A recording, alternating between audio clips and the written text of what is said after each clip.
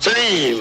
शहंशाह के फैसले को जंग का इंतजार नहीं, जंग के नक्कारे की पहली चोब अनारकली की मौत का ऐलान कर देगी। यूं तो हम लोगों ने काफी सारी सफल मूवीज देखी हैं जिन्होंने बहुत बड़े बड़े माइलस्टोन्स भी क्रिएट किए हैं, but I am damn sure कि जब जब भी वर्ल्ड सिनेमा की बात होगी तो इस मूवी का नाम सबसे पहले जरूर आएगा, क्योंकि न सिर्फ इस मूवी को बनने में 16 साल लग गए थे, बल्कि आज के समय में हजारों करोड़ रुपए खर्च करने के बाद भी इस जैसी मूवी बनाना ऑलमोस्ट इम्पॉसिबल ही है, जो कि थी 1960 के दशक में रिलीज हुई मूवी मुगले आजम, जिसे डायरेक्टर के आसिफ ने बनाया था। पर आखिरकार इसमें ऐसा खास क्या था और कैसे इस मूवी को बनने में 16 साल लग गए थे, और 16 साल के अंदर इस मूवी के डायरेक्टर को किन किन परेशानियों का सामना करना पड़ा था, तो चलिए आज इन सभी के बारे में डिटेल से बात करते हैं। पर आगे बढ़ने से पहले चैनल को सब्सक्राइब करके नोटिफिकेशन बेल को जरूर ऑन कर लेना और वीडियो को लाइक करना मत भूलना। इस मूवी की शुरुआत हुई थी 1944 में और इसके डायरेक्टर के आसिफ को इसका आइडिया आया था 1928 के एक प्ले अनारकली से, जिसे लिखा था इम्तियाज अली ताज ने। पर इस मूवी की कास्टिंग के आसिफ के लिए काफी ज्यादा चुनौतीपूर्ण रही थी, जहां एक तरफ बादशाह अकबर के रोल के लिए चंद्रमोहन जी को अप्रोच किया गया था और काफी मेहनत और मशक्कत के बाद वो इसके लिए राजी हो गए थे। शहजादे सलीम के लिए डी.के. सप्रू जी को और अनारकली के लिए अप्रोच किया गया था नरगिस जी को, जो उस वक्त की one of the finest actress थी। और फाइनली 1946 में के आसिफ ने अपने प्रोड्यूसर फ्रेंड सिराज अली हाकिम के साथ इस मूवी का प्रोडक्शन स्टार्ट कर दिया था, और जिसके लिए काफी बड़े बड़े सेट लगाए गए थे और इसकी शूटिंग बॉम्बे टॉकीज में शुरू हो गई थी। पर तभी 1947 में हमारे देश को मिली आज़ादी और इससे हुए हमारे देश के दो टुकड़े, और कुछ इस तरह से इंडिया और पाकिस्तान बना, और बहुत से लोग उस समय माइग्रेट करके इंडिया से पाकिस्तान चले गए, और उन्हीं में से था एक परिवार सिराज अली हाकिम का। और उस समय देश की राजनीतिक गतिविधियां भी काफी अनप्रिडिक्टेबल थी, जिसकी वजह से इस मूवी पर काम होना बंद हो गया। और इसके बाद आई इस मूवी से जुड़ी सबसे बुरी खबर, जहां 1949 में चंद्रमोहन जी का हार्ट अटैक की वजह से निधन हो गया, और उसी पॉइंट पर इस फिल्म को ड्रॉप कर दिया गया। पर ये मूवी के आसिफ का एक ड्रीम प्रोजेक्ट थी और इसके लिए वो कहां हार मानने वाले थे, और ऐसे में उन्होंने फिर से इस मूवी पर काम करना स्टार्ट कर दिया, जहां उन्हें प्रोड्यूसर के तौर पर शाहपुर जी पालून जी का साथ मिला। पर पालून जी उस समय फिल्म मेकिंग के बारे में कुछ भी नहीं जानते थे, पर के आसिफ के कहने पर वो इसके लिए राजी हो गए, और इसके लिए एक बार फिर से मूवी में कास्टिंग की गई, जिसमें पृथ्वीराज कपूर को मिला अकबर का रोल, दिलीप साहब को मिला सलीम का रोल, और अनारकली का रोल मिला मधुबाला जी को।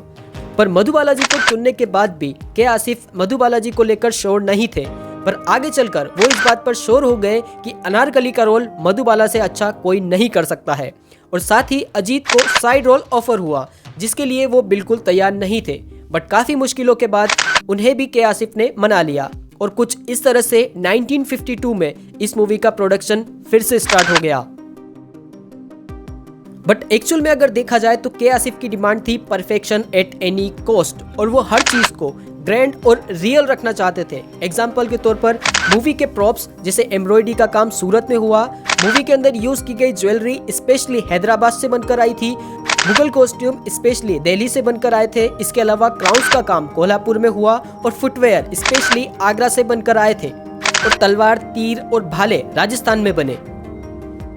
और मूवी में हम लोग अकबर और सलीम के बीच में जो युद्ध देखते हैं, और उस युद्ध के अंदर भारतीय सेना के जयपुर बटालियन के 56 रेजिमेंट के लोग शामिल थे। पर उस सीन को शूट करना काफी ज्यादा मुश्किल हो रहा था, क्योंकि बार बार तोप की आवाज से हाथी इधर उधर भाग रहे थे, जिसकी वजह से डिलेज पे डिलेज हो रहे थे, और ऐसे में तपती धूप में दिलीप कुमार साहब को पूरा आर्मर पहनकर खड़ा रहना पड़ रहा था। But end of the day काफी मेहनत और मशक्कत के बाद फाइनली वो सीन शूट हो गया, और उस सीन में 1000 से ज्यादा ट्रूप्स, 2000 से ज्यादा कैमल्स और 400 से ज्यादा हॉर्स यूज किए गए थे। और इसी के साथ कहा तो ये भी जाता है कि मूवी के एक शॉट में पृथ्वीराज कपूर को रेगिस्तान की गर्म रेत पर चलकर आना था, और जिसकी वजह से उनके पैरों में छाले हो गए थे और वो अपने डायलॉग्स भी प्रॉपर नहीं बोल पा रहे थे, और उसी वजह से वो सीन शूट नहीं हो पा रहा था। पर के आसिफ ने खुद अपने शूज उतारकर फेंक दिए थे और कहा था कि जब मेरा एक्टर इतनी मेहनत कर सकता है तो डायरेक्टर इतना तो उसके लिए कर ही सकता है। और फाइनली के आसिफ के इस हौसले को देखकर पृथ्वीराज कपूर जी को भी थोड़ी सी हिम्मत आ गई, और उसके बाद फाइनली वो पूरा सीन शूट हुआ और डायलॉग काफी अच्छे से बोले गए। और फिल्म के एक गाने में मोती गिराने थे जहां आर्टिफिशियल मोती यूज किए गए थे, बट के आसिफ को वो बिल्कुल पसंद नहीं आए और उन्होंने तब स्पेशली उस जगह पर रियल मोती यूज किए थे, जिस वजह से इस गाने का बजट ही 10 से 15 लाख रुपए हो गया था। और उस समय में इतने में तो एक मूवी पूरी बनकर तैयार हो जाया करती थी।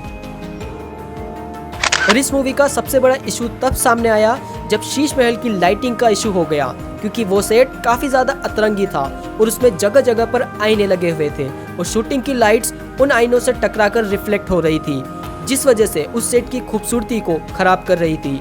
और उसे ठीक करने के लिए उस पर मोम की परत भी चढ़ाई गई थी। खैर, इसके बाद इस प्रॉब्लम को फिक्स करने के लिए डायरेक्टर के आसिफ ने ब्रिटिश डायरेक्टर डेविड ली से भी मदद मांगी, जिन्होंने पर्सनली इस सेट को देखा और कहा कि इस इशू को फिक्स कर पाना ऑलमोस्ट इम्पॉसिबल ही है।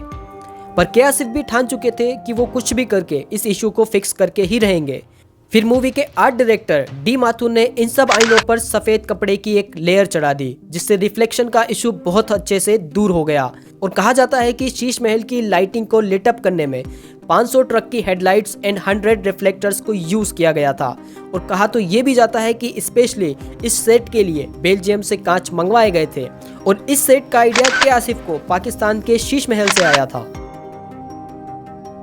पर मुगले आजम को किसी चीज ने मुगले आजम बनाया तो वो थे इस मूवी के डायलॉग। और इस मूवी के डायलॉग में 5 लोगों की टीम शामिल थी, जिसमें खुद के आसिफ, अमानतुल्लाह खां साहब, वजाहत मिर्जा जी, एहसान रिजवी और कमाल अमरोही जी शामिल थे।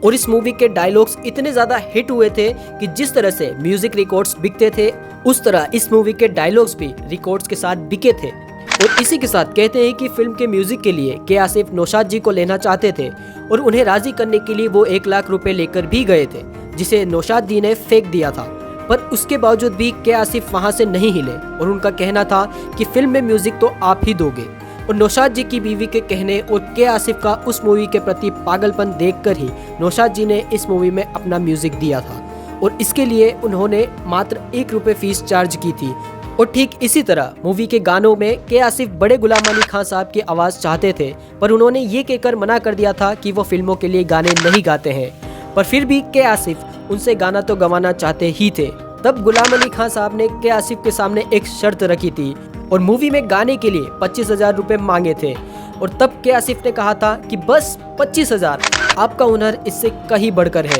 और उसी वक्त के आसिफ ने 10,000 रुपए उन्हें पे कर दिए थे और बाकी फिल्म के बाद देने के लिए कहा था। और तब बड़े गुलाम अली खान साहब ने इस मूवी में 2 गाने गाए थे। और तब आप समझ सकते हो कि लता मंगेशकर और मोहम्मद रफ़ी साहब जैसे आर्टिस्ट उस समय एक गाने के 500 से 700 रुपए ही चार्ज करते थे। और लता जी द्वारा गाए गए फिल्म के एक गाने प्यार किया तो डरना क्या का रिवर्ब लता जी को नहीं मिल पा रहा था और इको की काफी ज्यादा प्रॉब्लम हो रही थी, तो ऐसे में उन्होंने इस सॉन्ग को बाथरूम में रिकॉर्ड किया था। इवन मूवी में एक रोमांटिक शूट होना था जिसमें मधुबाला जी ठीक से परफॉर्म नहीं कर पा रही थी, क्योंकि उनके पिता हर वक्त साइट पर उनके साथ ही हुआ करते थे। पर जब के आसिफ को ये पता लगा कि उनके पिता को पत्ते खेलने का शौक है, तो उन्होंने अपने ही टीम के एक बंदे को उनको बिजी रखने के लिए कहा और कहा कि वो जानबूझकर हारे ताकि वो सेट से दूर रहे। और तब जाकर मधुबाला जी ने उस शॉट को परफेक्टली परफॉर्म किया और कुछ इस तरह से वो शॉट फाइनली आइकॉनिक हो गया। और जब ये मूवी शूट हो रही थी तो उसी दौरान इंडिया की फर्स्ट टेक्निकलर मूवी झांसी की रानी रिलीज हुई थी और उसे देखकर के आसिफ इतने ज़्यादा प्रभावित हुए थे कि उन्होंने प्यार किया तो डरना क्या पूरा सॉन्ग टेक्निकलर में ही शूट किया था। और वो उस सॉन्ग से इतना ज़्यादा इम्प्रेस हो गए थे कि वो पूरी मूवी को रीशूट करना चाहते थे, बट फिल्म के प्रोड्यूसर ने उन्हें ऐसा करने से मना कर दिया था क्योंकि उनके पास बजट का इश्यू हो गया था। और मूवी के एक शॉट में मधुबाला जी को रियल चेन्स पहनाई गई थी जो कि काफी ज्यादा भारी भरकम थी और कहा जाता है कि उस समय उन्हें काफी ज्यादा बुखार था, पर फिर भी उन्हें वो सीन शूट करना था ताकि वो काफी ज्यादा रियलिस्टिक फील हो सके। और ऐसे करते करते इस मूवी का बजट हो गया 1.5 करोड़ रुपए, जो उस समय के हिसाब से काफी ज्यादा था क्योंकि उस समय 5 से 10 लाख रुपए में ही मूवी बन जाया करती थी। और फाइनली 5 अगस्त 1960 को ये मूवी रिलीज हुई थी और कहा जाता है कि लोगों में इस मूवी का इतना ज़्यादा क्रेज था कि लोग इसके टिकट के लिए 3 दिन तक लाइनों में खड़े रहे थे और वहीं पर खा पी रहे थे, क्योंकि लोग इस मूवी के लिए ऑलरेडी काफ़ी ज़्यादा क्यूरियस हो गए थे क्योंकि मूवी आखिरकार 16 साल से बन रही थी और तब तक वो लोग इस मूवी के बारे में काफ़ी अलग अलग बातें सुन चुके थे। और मूवी की रिलीज़ के बाद इस मूवी ने अपना एक अलग ही माइलस्टोन क्रिएट किया था और ये इंडिया की हाईएस्ट ग्रोसिंग मूवी थी, जिसने 15 साल तक ये रिकॉर्ड होल्ड करके रखा था। और कहा तो ये भी जाता है कि इस मूवी के आखिरी दिनों में के आसिफ और दिलीप साहब के बीच में झगड़ा हो गया था और इसी वजह से दिलीप साहब तो इस मूवी के प्रीमियर पर भी नहीं आए थे और रिलीज़ के 10 साल बाद तक उन्होंने इस मूवी को नहीं देखा था। और कुछ इस तरह से ये ग्रैंड मूवी मुगले आजम बनकर तैयार हुई थी। खैर, तुम इस मूवी के बारे में क्या कहते हो और इसी तरह से मूवी के क्रिएशन से जुड़ी बातें अगर जानना चाहते हो तो अपनी राय मुझे कमेंट बॉक्स में ज़रूर बताना। और जाने से पहले चैनल को सब्सक्राइब करके नोटिफिकेशन बेल को भी ज़रूर ऑन कर लेना और वीडियो को लाइक करना मत भूलना। खैर, जल्द मुलाकात होगी किसी नए टॉपिक के साथ। हंसते खेलते मुस्कुराते रहिए, देखते रहिए पायरेट हब। जय हिंद।